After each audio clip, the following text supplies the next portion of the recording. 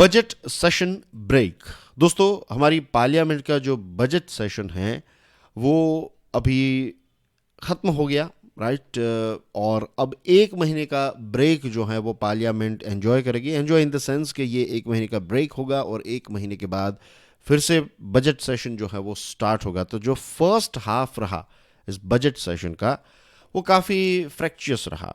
काफ़ी एडजर्नमेंट्स हुए, काफ़ी शोरगुल्ला हुआ, राइट। बहुत सारा वक्त जो है हमारी पार्लियामेंट का, और जब मैं पार्लियामेंट के वक्त की बात कर रहा हूँ तो वो मैं हमारे देश के वक्त की बात कर रहा हूँ, तो काफ़ी बर्बाद हुआ कुछ अननेसेसरी चीज़ों की वजह से।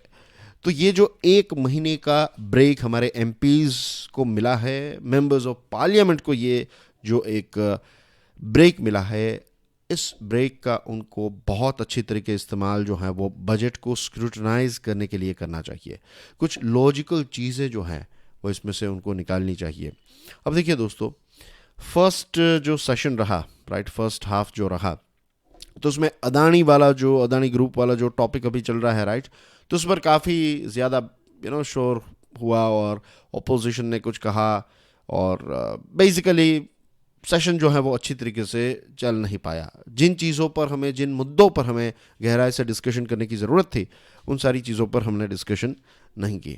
तो लेट्स होप कि ये जो नेक्स्ट मंथ जो सेकंड हाफ स्टार्ट होगा इस बजट सेशन का, तो इसमें हमें क्वालिटी डिबेट्स देखने को मिले।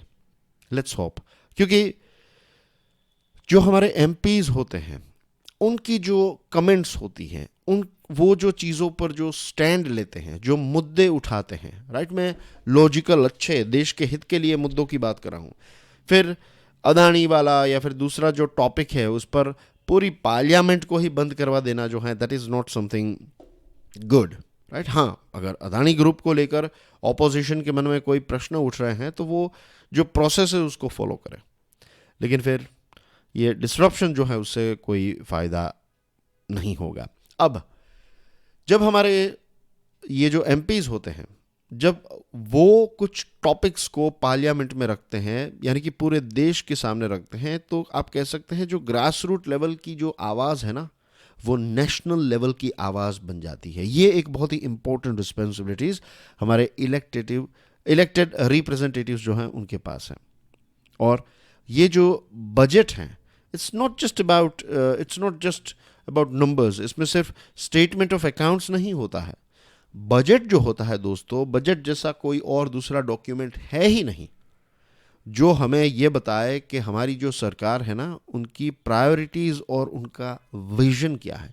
अगर आप किसी राज्य या फिर सेंट्रल गवर्नमेंट के विजन को जानना चाहते हैं, उनकी प्रायोरिटीज़ को जानना चाहते हैं, तो आप बजट को अच्छी तरीके से पढ़ लीजिए, उसको समझ लीजिए। आपको पता चल जाएगा कि सरकार कौन कौन से प्रोग्राम्स ला रही हैं, राइट, कौन कौन से ऑप्शंस हमारे पास अवेलेबल हैं, किस दिशा में सरकार जो है वो हमारे देश को ले जाना चाहती है या किसी राज्य को ले जाना चाहती है। वो सारी चीज़ें जो हैं वो आपको बजट से पता चल जाती हैं। एंड दैट्स वाई बजट पर जो डिस्कशन है वो हमारे पूरे देश के लिए बहुत ही इम्पोर्टेंट बन जाती है। हमारे देश की सबसे इंटरेस्टिंग स्पीचेस अगर आप देखेंगे और पार्लियामेंट में जो इंटरवेंशंस हुए हैं, सबसे इंटरेस्टिंग ये अगर आप देखेंगे तो आपको पता चलेगा कि बजट सेशन के समय पर ये कुछ अच्छी अच्छी चीज़ें जो हैं वो हमें देखने को मिली थी, जो आज भी हम याद करते हैं। फॉर एग्जांपल, जुलाई 1991 का जो बजट था वो अपने आप में एक लैंडमार्क बजट था। लिबरलाइजेशन, प्राइवेटाइजेशन, ग्लोबलाइजेशन, इसका इंट्रोडक्शन होता है। कितनी सारी इंटरेस्टिंग इकोनॉमी के साथ जुड़ी हुई जो बातचीत हैं उस समय पर उस बजट सेशन में हुई थी। 2 एमपीज जिन्होंने अपनी स्पीचेस दी, और ये दोनों के दोनों एमपी जो हैं लेटर प्राइम मिनिस्टर बने। एक हैं HD देवेगौड़ा और दूसरे हैं अटल बिहारी वाजपेयी। तो उन्होंने स्पीचेस दी थी, राइट, और दोनों ने क्रिटिसाइज़ किया था, कुछ चीज़ों को एक्नॉलेज किया था, ये सारी चीज़ें हुई, लेकिन एक प्रॉपर तरीके से अपना एक स्टैंड जो है वो काफ़ी अच्छी तरीके से रखा था।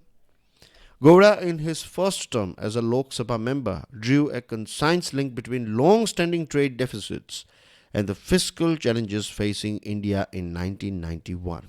उन्होंने जो एक ट्रेड डेफिसिट एक लंबे समय से चल रहा था और जो फिजिकल चैलेंजेस भारत को फेस करने पड़ सकते हैं उसके बारे में जो फर्स्ट टर्म था लोकसभा का, उनकी जो फर्स्ट टर्म थी एज ए लोकसभा मेंबर, तो उन्होंने ये चीज़ें जो हैं वो देश के सामने रखी थी।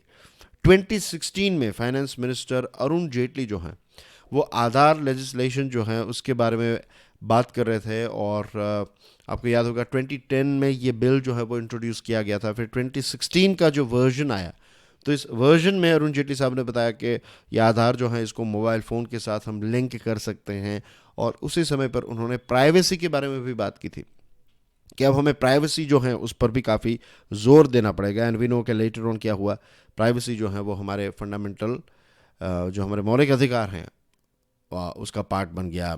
इट वाज ऑलवेज देयर, लेकिन कोर्ट ने इसको स्पेसिफिकली कह दिया कि जो राइट टू प्राइवेसी है वो राइट टू लाइफ के साथ जुड़ी हुई, वो हमारा एक फंडामेंटल राइट है।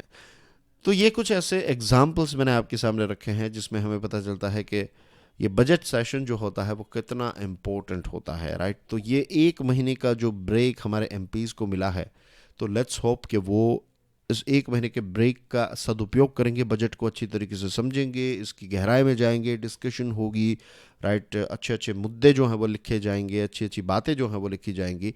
एंड लेट्स होप कि जो सेकंड सेशन होगा इस साल के बजट सेशन का, जो सेकंड फेज़ है, तो उसमें हमें कुछ ऐसी चीज़ें हमारे एमपीज़ से जानने को मिले जो फ्यूचर की जनरेशन जो हैं, जब आज से 5 साल 10 साल 15 साल के बाद जब भी कोई बजट को लेकर डिस्कशन हो तो आज का समय याद रखें कि 2023 वाला जो बजट सेशन था उसमें कुछ एमपीज़ ने ये चीज़ें बताई थी जो देश को हमेशा काम आई हैं, and things like that, you know what I mean.